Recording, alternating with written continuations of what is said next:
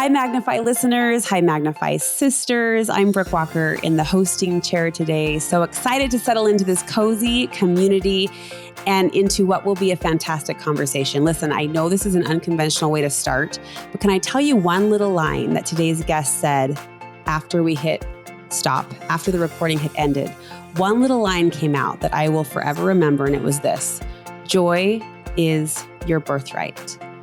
Joy is your birthright. We are here, men are, women are, that we may have joy.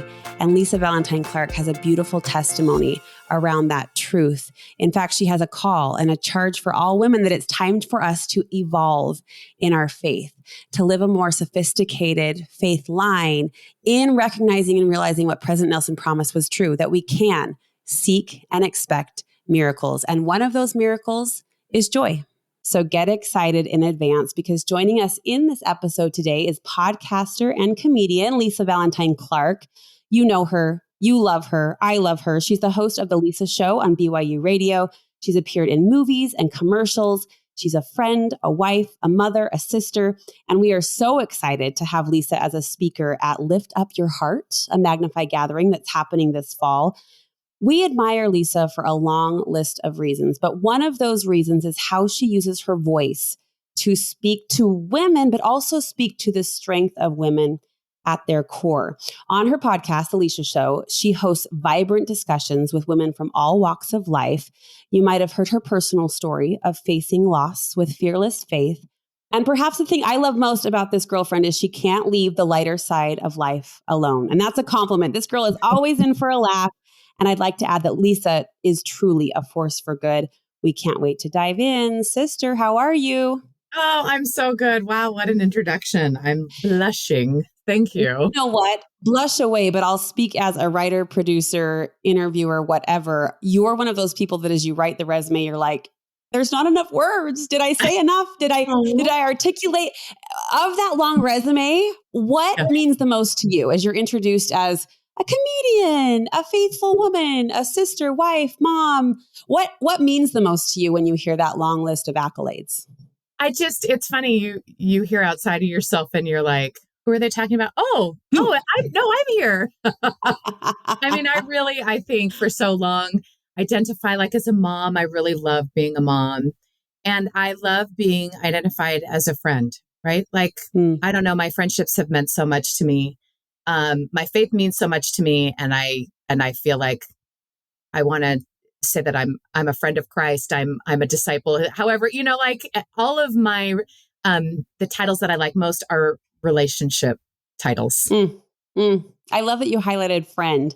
It seems to be a natural strength of yours. I was thinking, I feel like a connection to you, like many women do, yet all of our conversations have mostly taken place on a set, in a studio, in front of a camera, in front of a microphone. And yet I still feel this kinship with you, which again, I think circles back to one of your strengths. And this might be a weird question to ask someone of oneself, but you have this light, Lisa, that's grabbable. Like women easily grab your light. I think that's where that connection, that feeling of closeness and connection come. What is that? Like, do you have a mantra? Here's the weird question, the odd question to ask someone about oneself. But do you have like an approach or an attitude or a mantra or something that allows that light to be so visible and so attachable that other women see it, feel it, grab it, and feel that connection with you? What is that? A mindset or just a natural strength? What a weird question, I realize, but I'm sincerely curious. It's so nice and such a generous question. I think that the thing that I love the most about what I get to do for a living and just is because it echoes so much of how I am in real life. And it's that vulnerability. I don't think that I have anything special that no one else has other than I'm willing to like be real. So when we are on a set and we're talking, or I'm on my podcast, or I'm with my kids or with my friends, I mean, I feel like even though I'm an extrovert and I like to have lots of conversations, I don't like to do like small talk. I'm like, how do you feel about life and death? Like, like, tell me, what really? do you really think about, faith or like these big things? Like, I want to dive in to those kinds of things. And so if there's any sort of excitement in me, I think it's about that I just love talking to interesting people and finding out I love that. who they are. And that's my jam. And have you always been vulnerable? I mean, you talk about being an extrovert. That's kind of a natural extension, I think, of that personality type is you are willing to share. But does it come naturally and easily always? I don't think so. I mean, as a kid, I think I'm sure my siblings would, or my friends from when I'm would disagree. But in my mind, this is something that has grown as I've grown into an adulthood, as I've kind of just, I think as a kid and a teenager and a young adult, even just been like a little bit guarded and, a little bit more concerned about what other people might think. And now I'm just, for the last couple of decades, I'm like, it's none of my business what anybody else thinks. And also we get to live life the way that we want to live. And this is how I want to live. I just want to connect with Don't people. hold me back. Yeah, Don't hold me back. Yeah. No restraint. No restraint. Well, as you know, on this podcast, our mission at Magnify is to understand how each woman in the Magnify community can be a force for good, no matter her circle, no matter her opportunity, platform, no platform. We all have this ability to share that light that we talked about, that you share so strongly. And President Nelson gave an invitation. In fact, it was a plea years ago that highlighted this kind of opportunity. He was speaking to the women of the church. And he said, ladies, we need your strength, your conversion, your conviction, your ability to lead, your wisdom, and we need your voice. And that word grabbed me as someone who is sitting in front of a microphone, which you do every single day. Yeah. Your voice is powerful. In what ways do you feel like your voice is a gift, like a gift you've been able to share and use? Well, my parents love to tell the story about how when I was a baby and a little toddler, how I didn't speak. And I was in my crib. And one day when I was about 2 years old, my mother says, you opened up your mouth and spoke in complete sentences and never stopped talking. Thank you, Mom. So I think I was thinking and then I was, presenting. So I always think that's kind of funny. It's interesting as you sort of, discover who you are, who you want to be, what God wants from you, how that aligns with your own choices.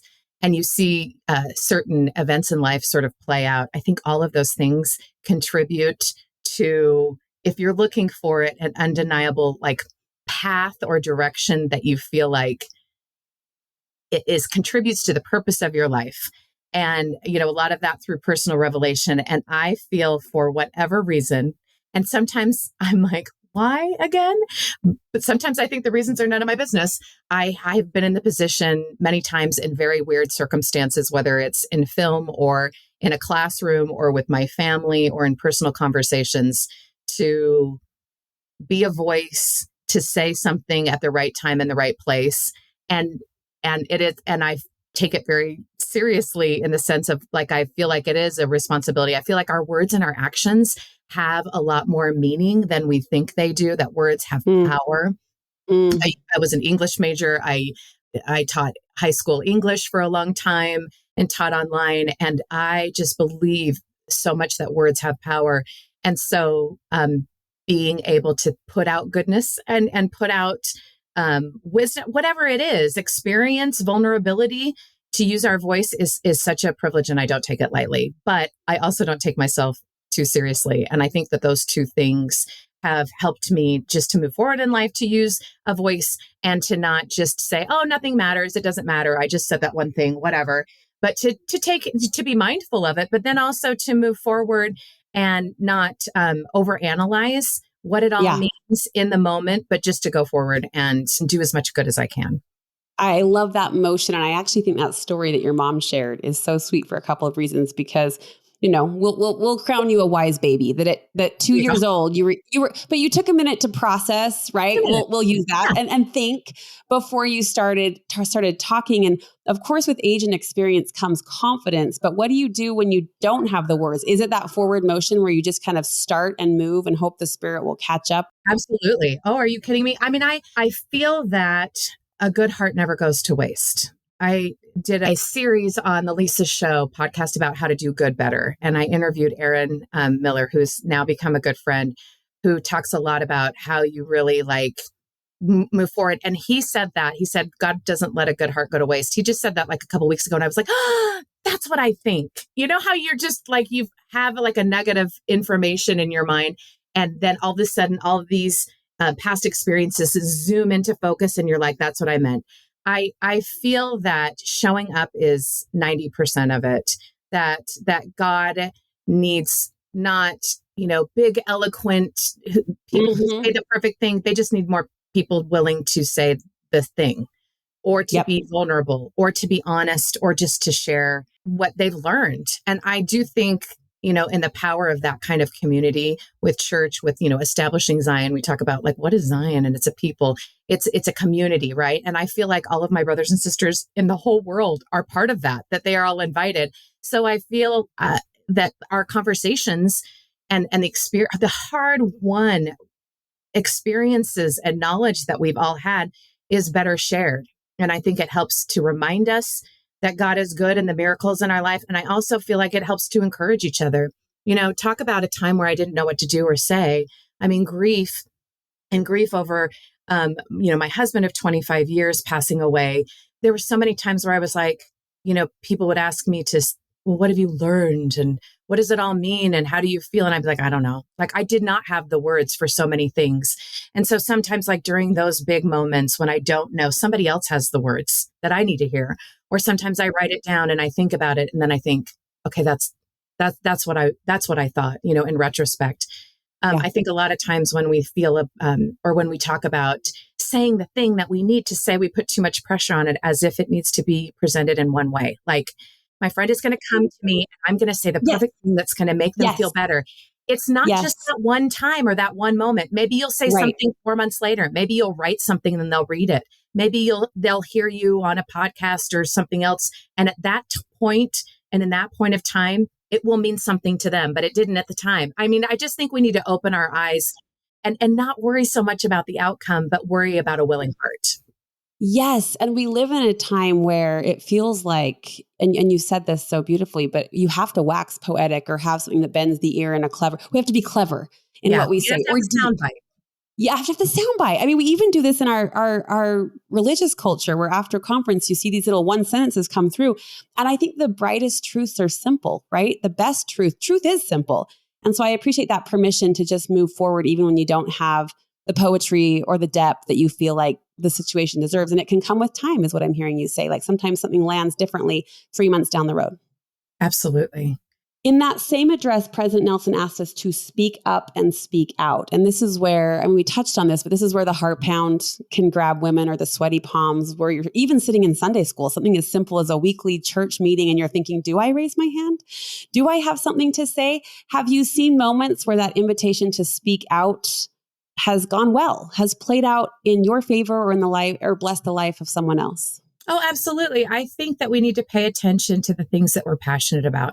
When we're sitting in church, or we hear something from the apostles, when we read something, and if something doesn't sit well with us, if something does sit well with us, when we have those strong sort of emotions to it, we should pay attention to it, because there's something more that we need there. And that might be part of our call. Listen, there are so many social justice issues, for example, that I feel strongly about, but there's only a few that I feel connected to.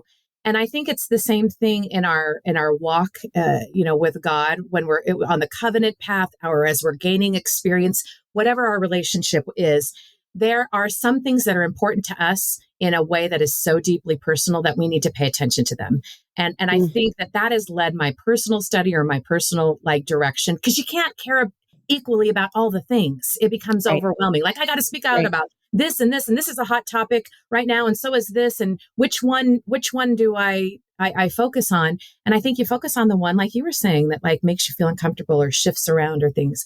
For example, I feel very, very passionate about making a place and inclusion for LGBTQ in our wards and in our church. And I feel very passionate about that for many reasons. So there's lots of opportunities that I can speak up and speak out about my love and respect for that within my position at church, or as I am talking with my friends, or as and not everybody feels as passionately about that, but I do. Or I may feel really passionately I feel very passionate about the young women in the church as well. I was released a few months ago about a young women's president, and I just feel so much love and passion for the kind of world and life that they are going to go out and do. And I just get really excited about that. So that's something that I find myself talking about a lot.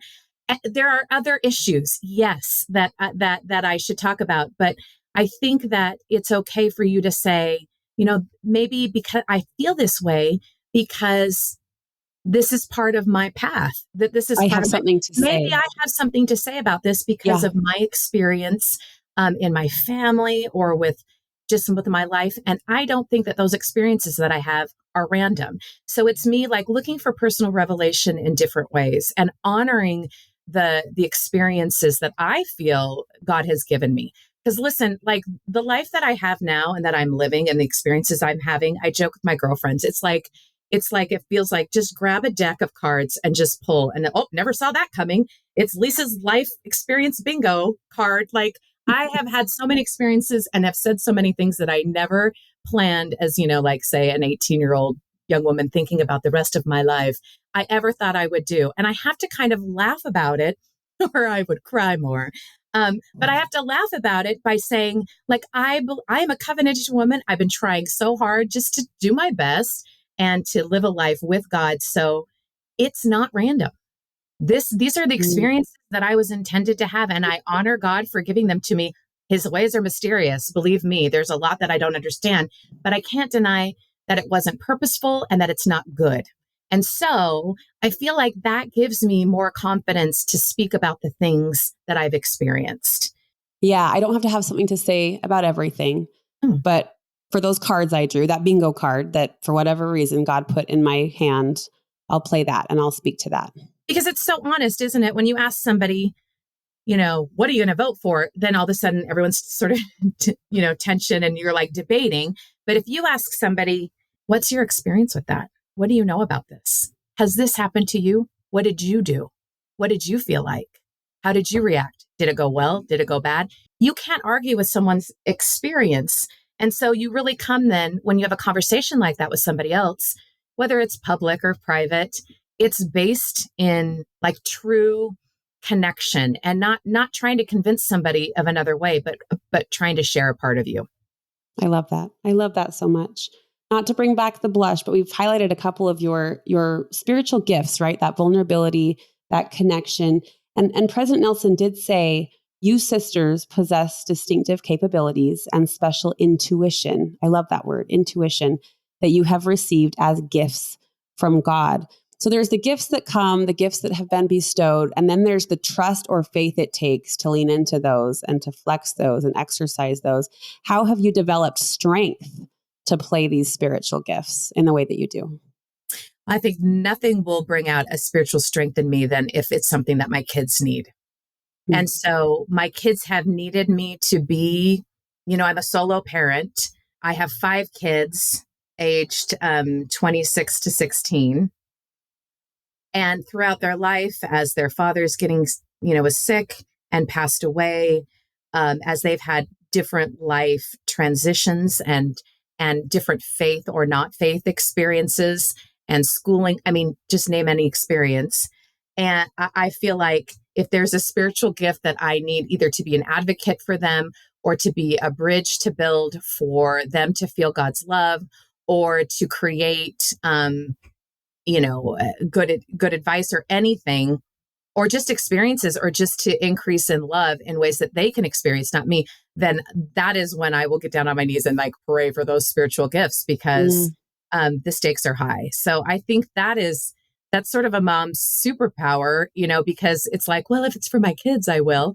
But then, I'd be lying if I didn't say that also there are some spiritual gifts that I have not had that I've thought, ooh, this could come in really handy. I really need this, even though I don't want to do this. I need to do this. I'd like to do it well or better. And I don't know, with spiritual gifts, it's kind of tricky because I think a lot of times we equate it with like talents. Like, well, if I just put in my 10,000 hours and just practice, then it will do it. And I do think that there's a spiritual element to it as well, because sometimes a spiritual gift that we will pray for really humbles us and asks us to rely on asking for help from somebody else who has that gift too. So it's not always like a one size fits all. And I don't see it that way. And that's why I see like my worship and my faith connected to other people. I see my covenants connected to other people. I feel like when someone leaves the body of saints, that we are all weakened because I feel like we are so connected.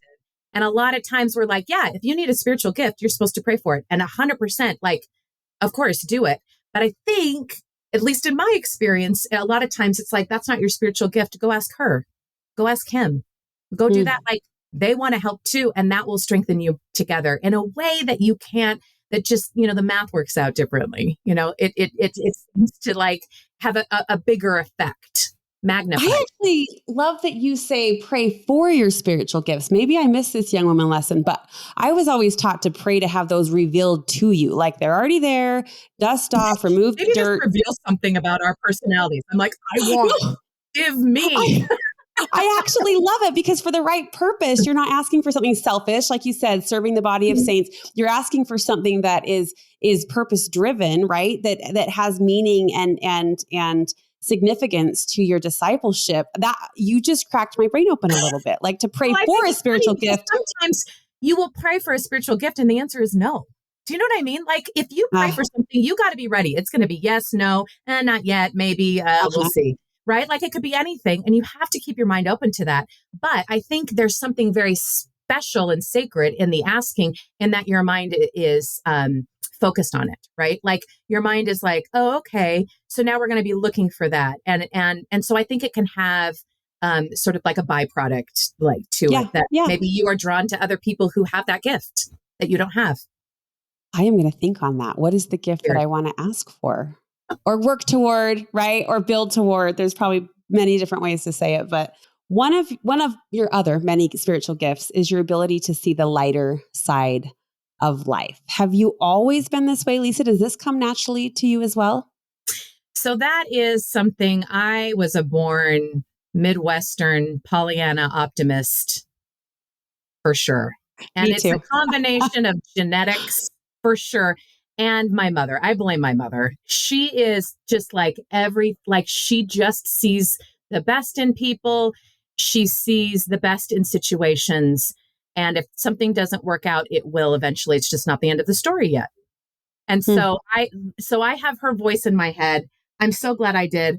I like to say that now that I've been through so much that I'm dark now, I have a dark sense of humor, but really like my, what do they say? Like, just like, my just regular stasis, like where I just sort of live is just naturally optimistic for sure. That's your base. That's your foundation. Yeah. What have you learned about the world looking through that lens, that optimistic view? I've learned that you find what you're looking for. Yes, ma'am. I mean, let's be honest. The world, it's kind of awful. It's everything, right? It's so wonderful and great and amazing. And it's also horrible and evil and dark and scary. I mean, it's both things. And so are we. We have the potential for all of that.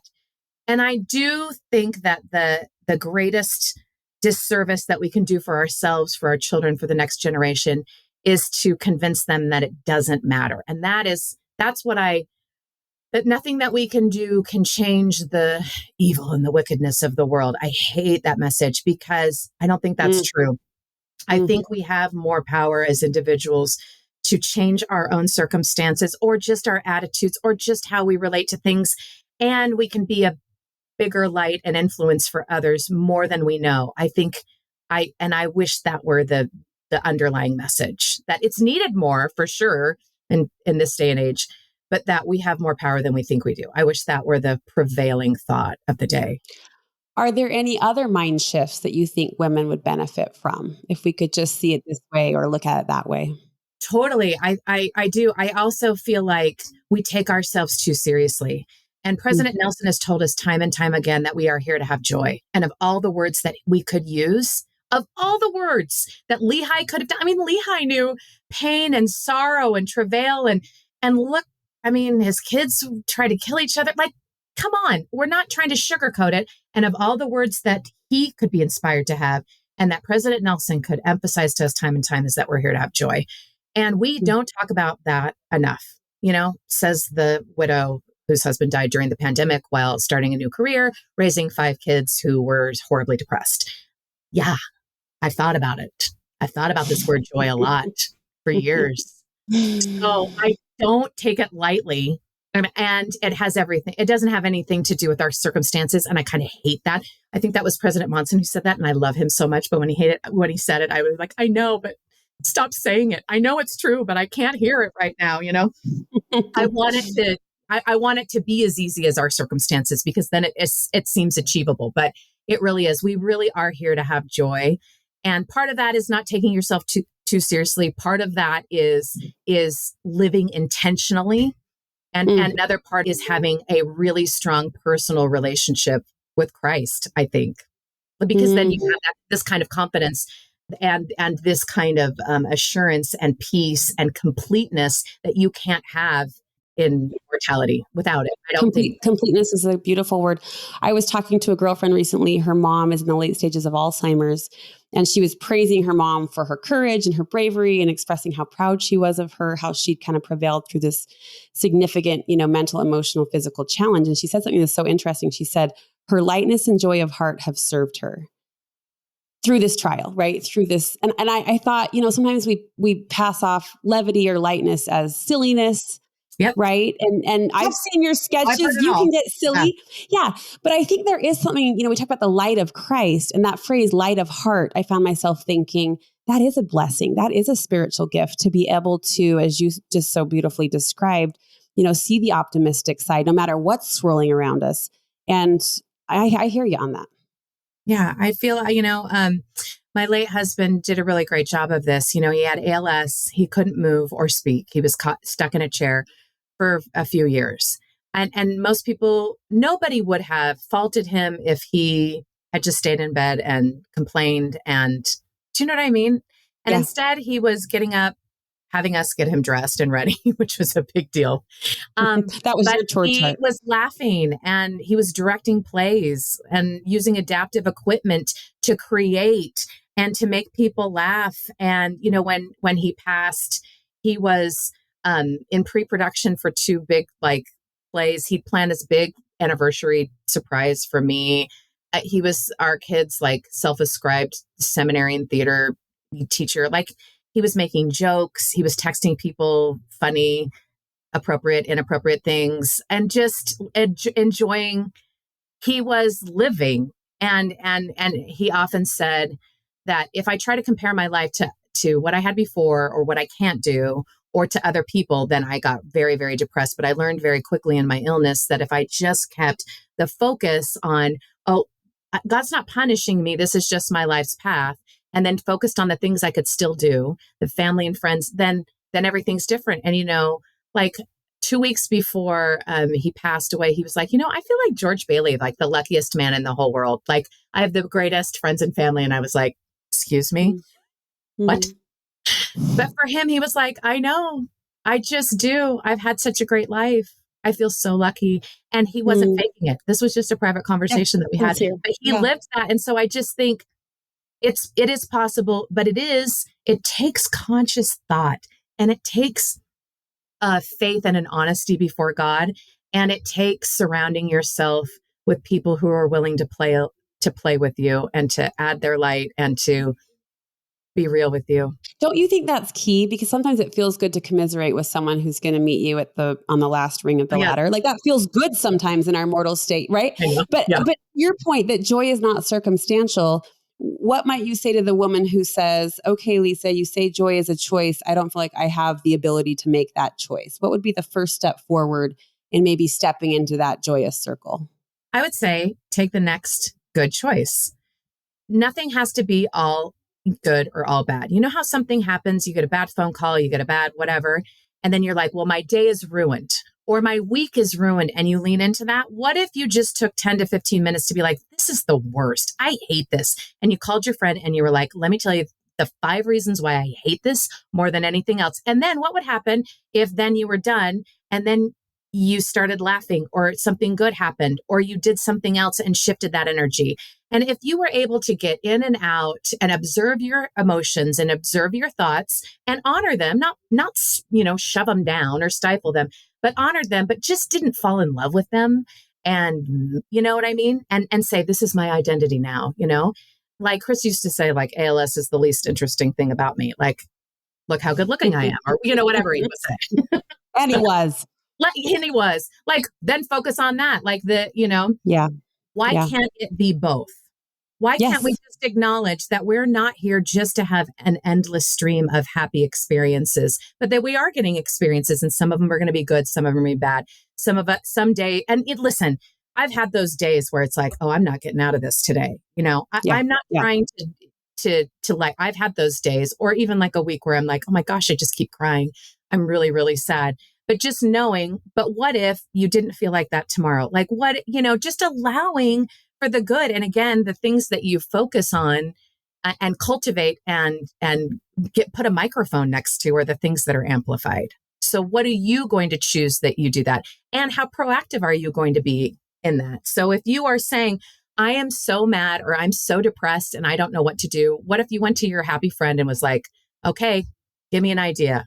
Like, or what if you just had a prayer to God to say, let me just have something to look forward to? What if you plan something to look forward to? What if you just got into the habit of doing that? Then maybe you would increase your happiness by 1%, 10%. I don't know. Over time, it adds up.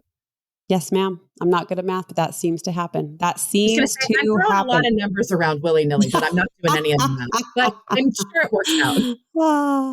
I want to take a slight shift. You did touch on this. I really admire the way you seem to easily wrap your arms around this up and coming generation through your adult kids, through the young women that you've loved for the last couple of years in that calling and in that role. But specifically with the stage of your own young adult kids, you recently wrote, I love being Mama Clark. I don't care how old you are. I will give you snacks on Saturday night. Paint that scene for us though, Lisa. Who is showing up on Saturday night? How are you getting them there? And what have you learned about loving adult kids? So I love being a mom. And I was so surprised when my kids, so my husband passed away during COVID.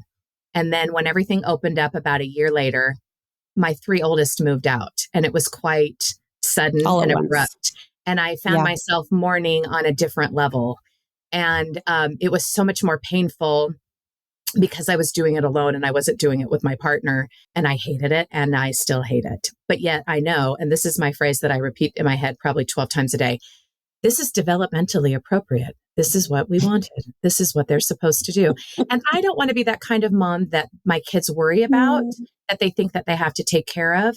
I mean, more than we just always take care of each other, but especially, you don't want them hovering. You don't want them to feel like, especially after, I could very well just say, okay, your dad's dead, so you have to stay with me forever. they're not going to argue that. Yeah. If you were to say it. I could pull that car. I'm not going to do that. They need to live their own lives, have their experience, and live a happy, full life. And that's not what their mom. And isn't that horrible? Anyway, so in thinking about that, then I realize the same principles that were true when my kids were little are true now, which is I just want to be with them and have a relationship with them. I just, and so guilting them into that or manipulating them, that's not a real adult relationship, but I can still love them and show them love in the ways that they need it. So they're busy. They've got a lot going on. They're starting, their careers and school and missions and relationships like that. This is a big growth time for all of my kids.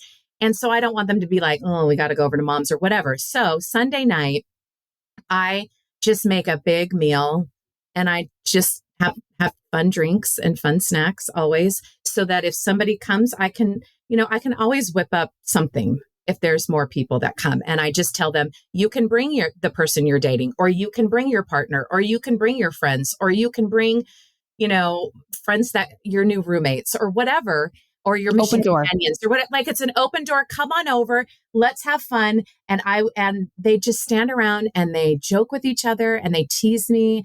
And I love it. It's so fun. And so most recently, I have all little boys that had grown up in my house, all on the neighborhood. They've all they're all grown up and they're all doing their own same things. They used to live in the summer in my backyard, and I would make peanut butter sandwiches and goldfish crackers. And I can't tell me how many like boxes of popsicles I went through. They jump on the trampoline and climb in my treehouse, and here they're grown men. And I kept hugging them saying, "Oh, you're here. Like, do you remember our good memories?" And they just were so sweet to me. And I'm like, "Here, let me feed you." And they're like, "Oh my You gosh." want a popsicle? Have a Yeah, popsicle. I have popsicles. I've got creamies in the fridge. You guys want one? And I just want them to know that like my home is a safe place, that they can come Yeah. and be themselves. And I just want to hear about their lives. And there's no checklist that they have to go through to be welcomed in.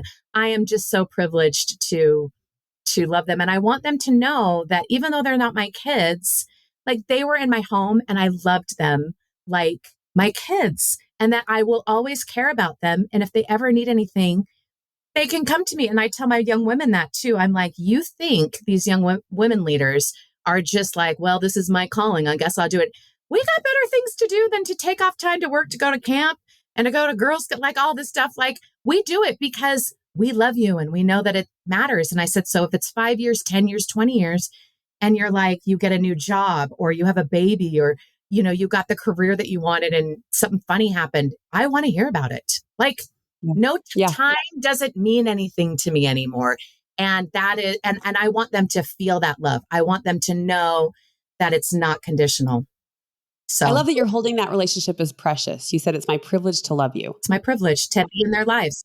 I love that. And the narrative has shifted. You know, I think 10, 15 years ago, we were hearing teenagers are the worst. They're so hard. And then it started to shift to like, they're the best. But I'm ready for the next step, which is kind of where you took us, is like how to celebrate that and how to honor them and how to love them. And you're doing it their way, sister. Like some moms, it's easy, I think, to get even controlling as you're trying to promote independence and say, oh, don't bring the friends over. You just come.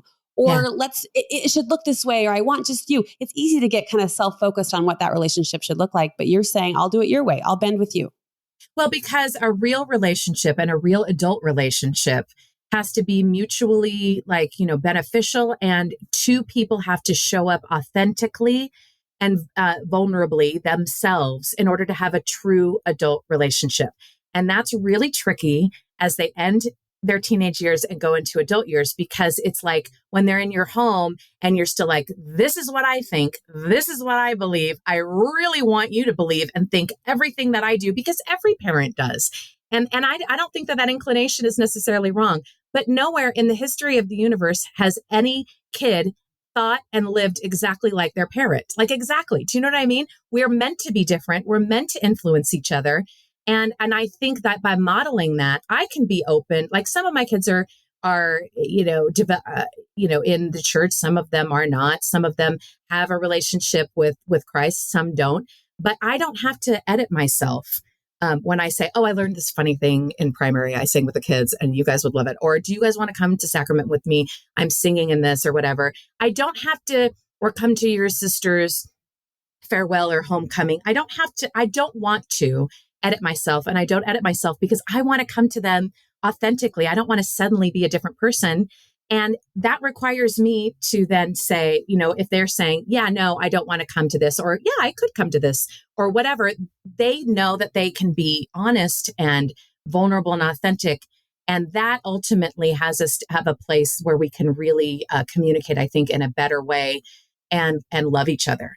Nothing has changed, but if I force them and said, you have to do this or you can't do, then I've really made it difficult. Like who wants to have a relationship with somebody who calls all the shots? You've taken away agency. And this is such a cliche, naive thing to say, but aren't you so grateful for the pattern example of a heavenly father to be able to, as life gets more complicated and parenting gets more complicated, to be able to say, how did he do it? How does he do it? And how can I apply that in this mortal life into my parenting practices or my attitude? It's the only thing that you can give willingly, right? Without coercion. And like I take my covenants and the way that I live the gospel and my commandments really seriously, because I feel like God is so good and has blessed me. So it's the only thing that I can do to really like express. Why would I pattern something totally different to my own kids? Plus it's me who misses out because I miss out on them.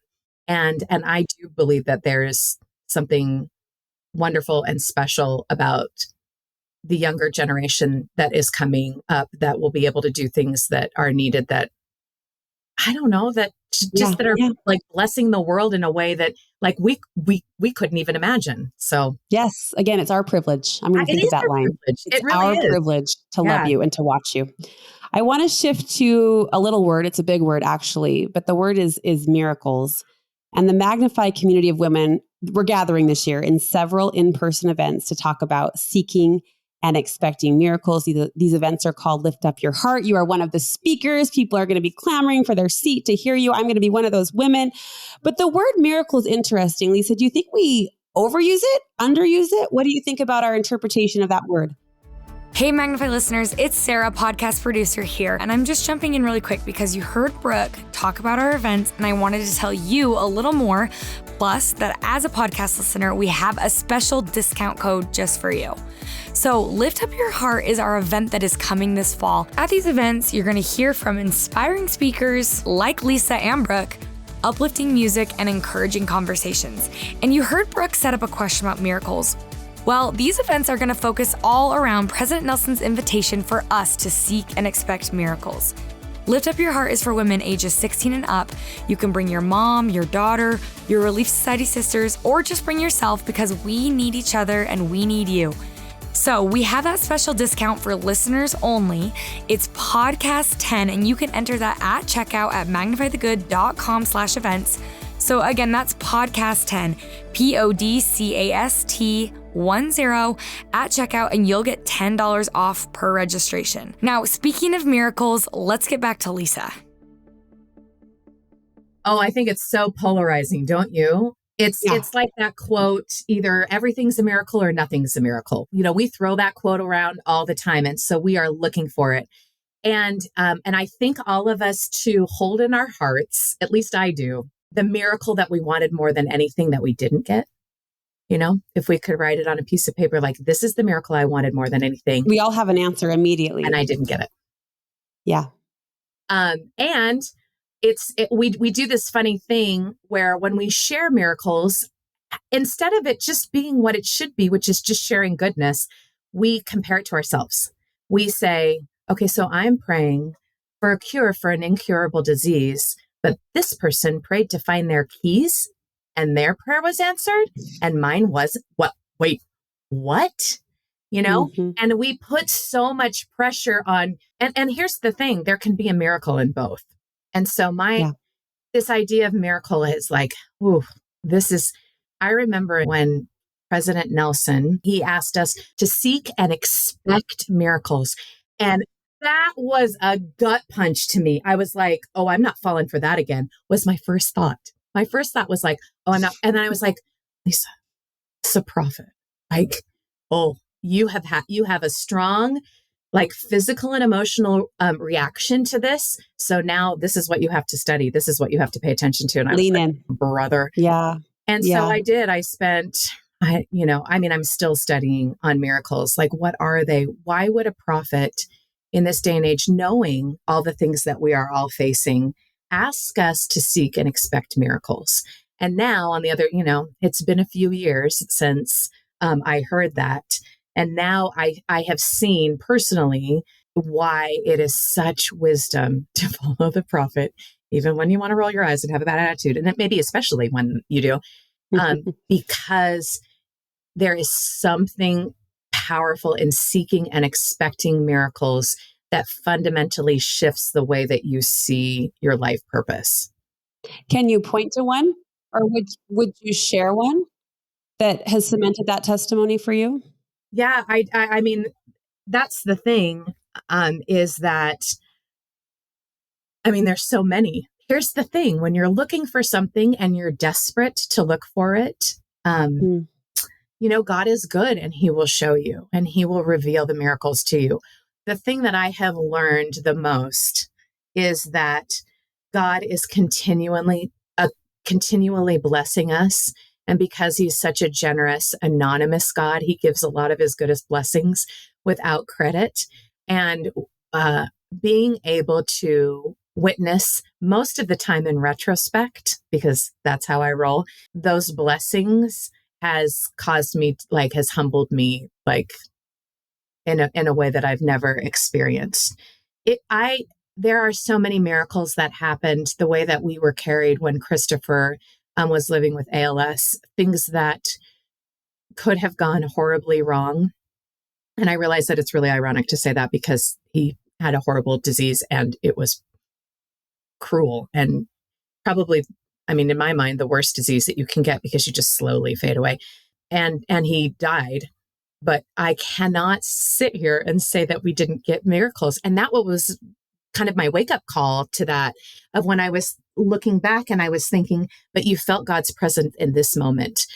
When your friends rallied around you and they put on this ridiculous Xanadu production for you and they raised money. But more than that, they were able to honor Chris every night, like his good friends that came. We didn't know he wasn't going to be able to have a funeral. We didn't know that the pandemic was coming and that our family was still able to have that experience in such a creative, joyful, immense way. And that it took so many people coordinating. That was a miracle. I couldn't have planned that out, what that experience of seeing that ridiculous Xanadu miracle and how the joy that and the way that it binded my friends and my family together. We had so many miracles of physical needs taken care of, financial, emotional, and spiritual from my family and friends that we didn't know we needed.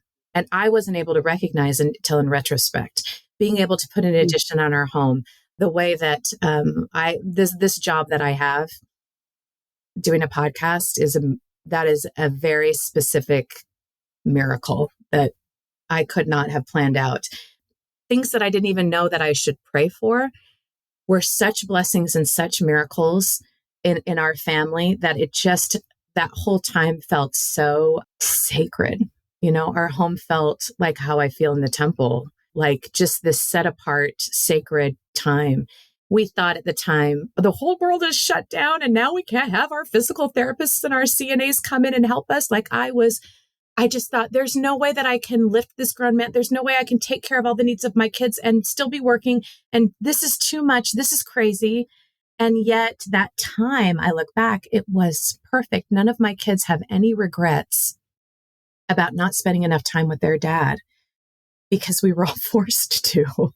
But when you're a young adult, you know, you're out with your friend, like you deal with life in a different way. You don't know. They had to, and now they have no regrets moving forward in their life. They had this sacred time they didn't know was sacred. Like, that is a miracle. So I could go on and on and on, but I didn't realize any of this until it was in retrospect. That is a beautiful truth to highlight, is that sometimes miracles take patience. And we know this and we say this, but even the word miracle kind of evokes this instant. We picture something instantaneous, right? We picture something happening right now in the moment. It's miraculous, right? Just the word itself. We think kind of miracle now. Yeah. Now, yes. Yeah. But to think of miracle as kind of a patient or a faith trying process that in 3 months or 3 years, you might look back and say, oh, I'm so glad I was home with my dad. I was forced to be home, but I'm so glad I had that time. That's a good reminder for us now in the moment. That is a now. Well, and I also feel that we are miracles for other people. And sometimes we get to find out why, but most of the time we don't. And so I think that leads, like, how we seek and expect miracles matters because it informs how we show up in the world. It forms how we practice who we want to be. You described God as anonymous. So going back to that, we can be a miracle and not know it. I guess that's his way, right? Is to show up in anonymous ways. And maybe in retrospect or not, realize we were part of it. And not worrying about if we're the miracle or not, you know? I mean, I had so many moments where, like, I would have these waves of grief where I thought, I'm going to die of my grief. I feel so overwhelmed. I'm so alone. I will always feel this way. I think a lot of people know what that kind of grief feels like. And I can't tell you, it's almost like now I expect it. When I feel that way, I get a text, something delivered to my door, a phone call, something happens. It's somebody different. It's somebody being like, oh, you were on my mind, or I meant to do this yesterday and I just dropped off this, or I don't know why. Like, it's not somebody going, I know that I'm the miracle in your life today, you know? And I just think people who are, especially women, who are covenanted women, who are often criticized for being busybodies and going around and doing lots of things, they're going about doing good. And we can't listen to the chatter of the world and the criticism of telling us oh, you're just doing too much or whatever. Just do what you want to do. You don't have to justify it to anyone, but you feel that way to do it. It can change the world. It does. It does. We just don't acknowledge it. The world just doesn't acknowledge it. Thank you for that. Because a girlfriend was joking the other day, I guess I'll just take a casserole, just a casserole. And I get it, right? But the point is, maybe it's not just. Maybe it's a showing of sustenance. Maybe it's a miracle on a doorstep. Like, we can't underestimate our own small efforts, I guess is what I'm trying to say. Like, just a casserole can mean something. And it can I had just a casserole story of where my sister-in-law, she was like, oh, my mom, she works for this caterer. She wants to bring you over food. And this was early in Chris's diagnosis. He was still working. He was still walking and talking. And I'm like, oh, we're fine. I don't need a casserole. Give it to somebody who needs it. Right. Yeah. Fast forward. She's like, whatever. Her mom just drops it off. And I'm like, okay, great. Well, I don't have to make dinner, but I feel kind of guilty because I don't really need it. And then something happened at the doctor's office. It spun me into this grief. And I was like, oh my gosh, my husband is dying. I have 5 kids. Wait, what? I found myself in my bed, absolutely sobbing. And I couldn't stop crying. And I was so tired. And I was praying that desperate prayer. And after you cry for a while and you're just exhausted. And I remember offering this prayer of who's going to take care of me? I have to take care of everything and I have to do everything. And but I really felt it I couldn't do. And then I remembered that there was this full catered meal for me right there. Yeah. And I warmed it up and I got in bed, this big pot roast and potatoes, and I ate it. And I felt that God knew that I was going to need to eat this big meal in my bed, that was just to be it's going to be okay. It's going to be okay. And that was just a casserole. I mean, it sounds better than a casserole, and that's just the point. Casserole. So we criticize each other for it instead of just doing the thing. The outcome is none of our business. I love that. The outcome is none of our business. Well, miracles will be kind of the topic of discussion. Lift Up Your Heart. The first one is in Phoenix on September 21st. What are you most looking forward to about these events, these gatherings? Oh, just connecting. I just want to meet people, finding out, well, what do you think? What's going on in your life? How can we do something together? Of course, it's all about the girlfriends. Yeah. Yes. Connecting. Yes. I'm excited to meet you there. Final question. This has been such really a joyous time, speaking of joy for me. So thank you. What do you wish, Lisa, in conclusion, what do you wish women in the church understood about their identity and their purpose today? That it matters, that you matter, the things that you worry about, that you do, that you say, it matters. It has a lot more power than you think. I wish everybody knew how powerful that was, that even just, you don't know, one conversation with someone can change their life. And I've seen it. It's true. So you matter. Thank you. Thank you so much, Lisa Valentine Clark. We love you dearly. Thanks. And thank you for being here. We wanted to remind you one more time before you go about Lift Up Your Heart, a Magnify Gathering. If you enjoyed this episode listening to Brooke and Lisa, you're going to get more of that at our events that are coming this fall. And you can register now at magnifythegood.com/events. Plus, don't forget, we've got a special discount code just for listeners. It's podcast10 and you can enter it at checkout. PODCAST10 at checkout. Lift Up Your Heart is a day-long gathering, and it's for Latter-day Saint women meant to remind us of what we already know, that Jesus Christ is our answer and that we're not alone. It's a day made for us to gather as women and nourish each other's faith. Lift Up Your Heart is for women ages 16 and up. Bring your mom, bring your daughter, bring your Relief Society sisters, or just bring yourself. We need each other and we need you. So again, head to our website at magnifythegood.com/events and you can register now. Enter that code podcast10 at checkout. Thank you so much for being here. We can't wait to see you.